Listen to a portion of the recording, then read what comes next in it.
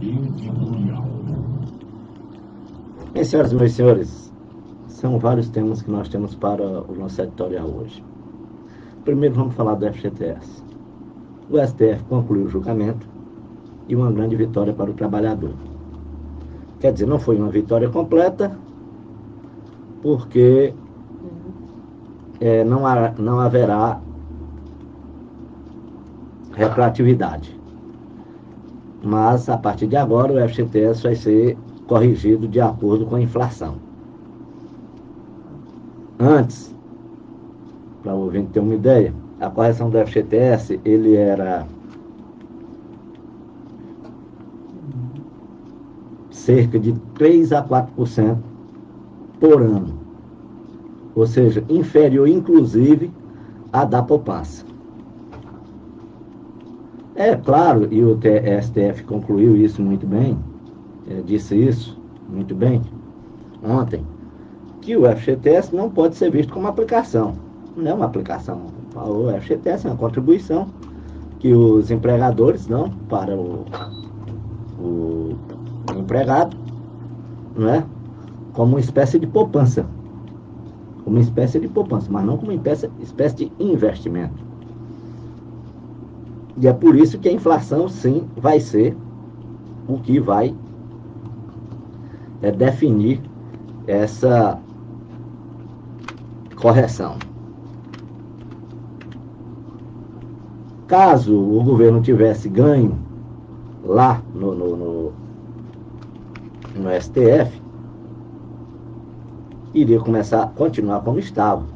E se o governo tivesse perdido tudo, iria aí ter que repor bilhões e bilhões de reais na conta de todo mundo, inclusive de quem já tinha sacado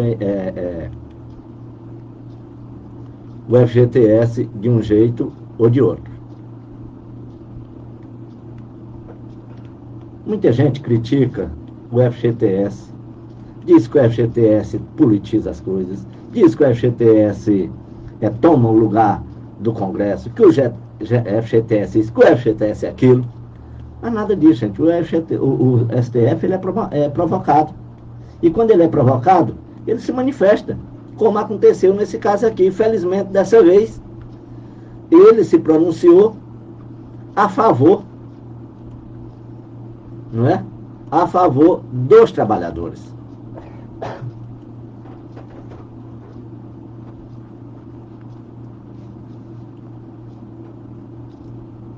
A correção deve ser, no mínimo, pelo índice oficial de inflação.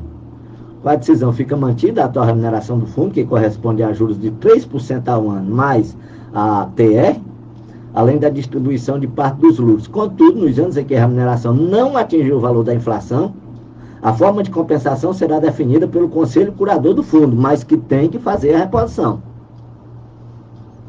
A adesão será aplicada ao saldo existente na conta a partir da data da publicação, data do julgamento da ação direta de inconstitucionalidade realizado ontem, lá no STF. Para os ministros, a medida concilia os interesses dos trabalhadores e as funções sociais do fundo, como financiamento da política habitacional. A decisão do STF está conforme os termos do acordo firmado entre a União e as 4 maiores centrais sindicais do país. Então, uma correção de rumo importante feita pelo Supremo Tribunal Federal. Essa ação foi dada entrada por um partido político, Solidariedade, e aí eu chamo a atenção para essa outra questão. Quando os políticos reclamam da excessiva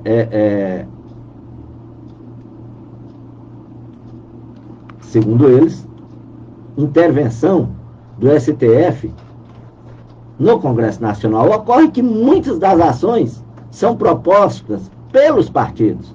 E aí, claro, que o Supremo vai ter que entrar em campo. Quer ver outra coisa que o Supremo vai ter que entrar em campo? Ontem foi aprovado pela Câmara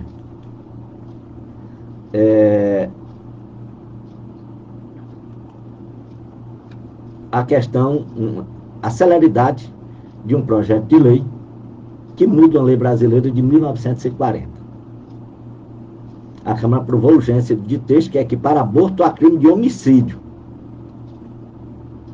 É evidente e eu acho que qualquer pessoa de bom senso vai entender, que uma lei de 1940, o Brasil era extremamente conservador.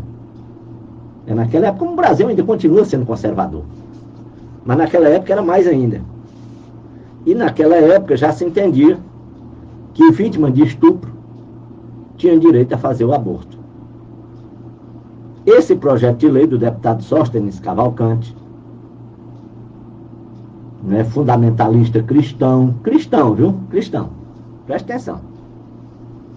Ele acaba com essa possibilidade e, além de tudo, ainda aumenta a pena de prisão para de 6 a 20 anos. A pessoa que provoca o aborto em si mesma ou consente que outra pessoa lhe provoque, pena passa de prisão de 1 a 3 anos para 6 a 20 anos. É evidente que todas as autoridades de saúde estão contra isso aí. Por quê? E aí entra uma questão crucial.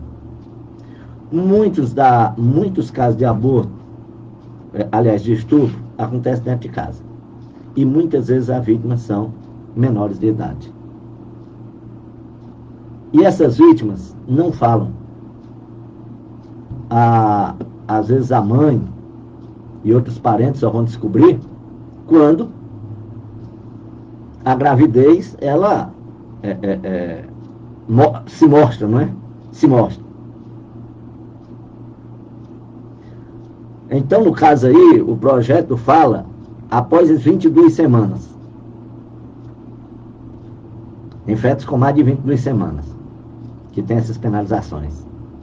Ocorre que as vítimas, na maioria das vezes, são adolescentes, crianças e adolescentes. Como teve o caso de uma menina aqui no Piauí, de 11 anos de idade, em que uma juíza foi contra o aborto. Será se uma pessoa de 11 anos de idade, o corpo está preparado? O corpo está preparado para uma gravidez? Será que uma criança dessa...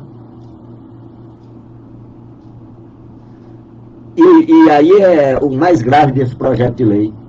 Qualquer pessoa, qualquer mulher, é obrigada a conviver com o fruto de um crime. Quer dizer, na prática, isso aí estimula o pedófilo, estimula o estuprador. E a bancada evangélica, viu, que está lá propondo isso aí. Então, ontem teve a aprovação da urgência lá na Câmara dos Deputados. Não sei se esse projeto passará. E ele vai bater lá no Supremo. Por quê? Porque já está na Constituição essa questão. Já está na Constituição. A proposta também altera o artigo que estabelece casos em que o aborto é legal. Conforme o texto, só poderão realizar o procedimento mulheres com gestação até a 22ª semana. Após esse período, mesmo em caso de estupro, a prática será criminalizada. Vale lembrar que a lei brasileira não prevê um limite máximo para interromper a gravidez de forma legal. Qual é a forma legal? É o risco de morte, às vezes uma doença que o feto tem. São vários os casos. Não é? São vários os casos. E tudo isso agora é criminalizado. O aborto é crime no Brasil, mas existem 3 situações em que ele é permitido. São os casos de aborto legal. Anencefalia fetal, ou seja, má formação do cérebro do feto. Gravidez que coloca em risco a vida da gestante. E gravidez que resulta de estupro. Eu pergunto, alguém bom senso, alguém que tem bom senso, não concorda com isso? Com esse texto hoje da lei?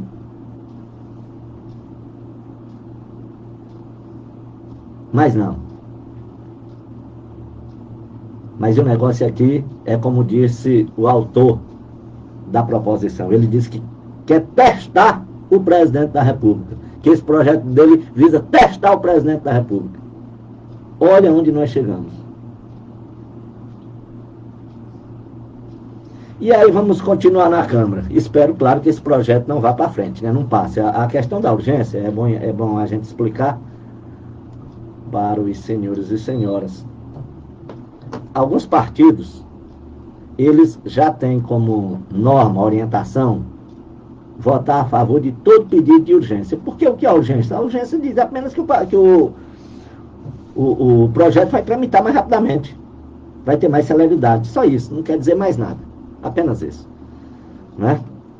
Bom, aí vamos continuar na Câmara dos Deputados. Vocês se recordam que na terça-feira, aliás, na quinta-feira da semana passada, eu falei aqui das barbaridades que aconteceram na Câmara dos Deputados.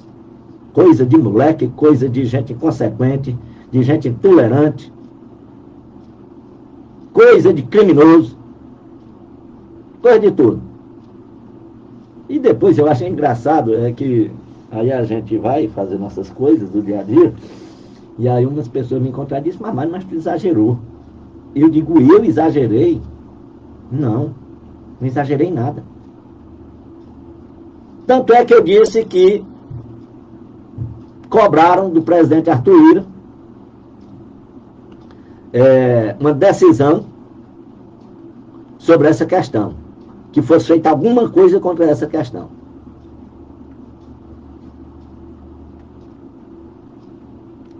Pois bem, ontem a Câmara aprovou, por 400 votos a favor. Aprovou não do jeito que o Arthur Lira queria, porque do jeito que o Arthur Lira queria, ele ia ficar, o presidente da Câmara ia ficar com um poder muito grande, inclusive, para punir deputados que ele tem algum problema, né? O que é muito comum na presidência da Câmara, evidentemente. Que é muito comum.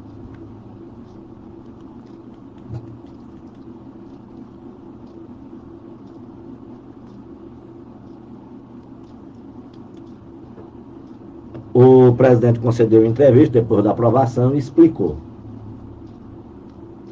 A partir de agora, o projeto é um projeto de resolução número 32/24 da mesa diretora, que permite ao órgão propor a suspensão por medida cautelar do mandato do deputado federal por até 6 meses. Essa decisão deverá ser deliberada pelo Conselho de Ética e Decoro Parlamentar até em 3 dias úteis, com prioridade sobre demais deliberações. O texto já foi promulgado como resolução 11/24. Então, como é que vai funcionar? Há uma confusão? Há. A mesa da Câmara denuncia para o Conselho de Ética o sujeito que provocar a confusão. O Conselho de Ética tem 3 dias para se manifestar.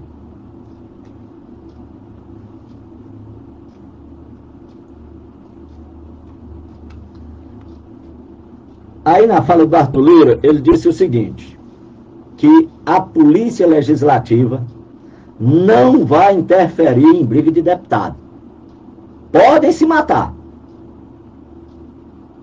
O presidente do Conselho de Ética, Lomanto Júnior, ele disse, foi desse jeito mesmo, leu Lomanto, pode se matar. Mas o Arthur Lira na entrevista disse, a polícia não vai intervir, a polícia não vai separar.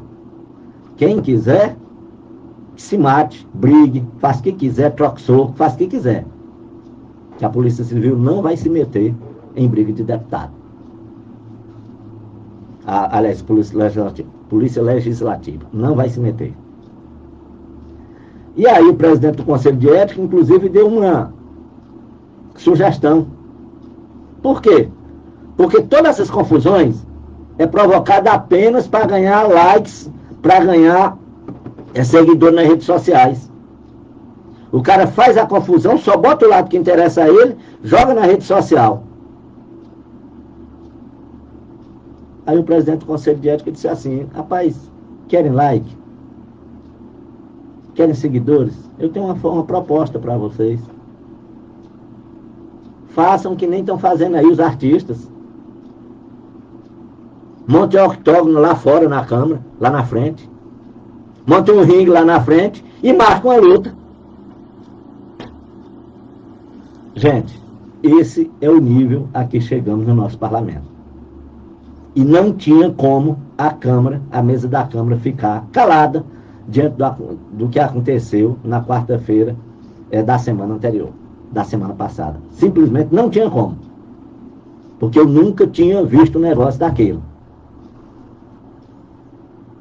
Se alguém tiver disposição, entre no YouTube aí e veja o que aconteceu anteontem, na Comissão de Constituição e Justiça da Câmara, como eu falei ontem aqui. Veja lá como foi o tratamento dispensado ao ministro da Secretaria de Comunicação e ministro extraordinário para a reconstrução do Rio Grande do Sul. Veja lá como é que foi.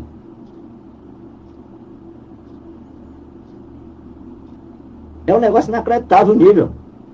Inacreditável. Mas agora, vamos ver o que vai acontecer daqui para frente.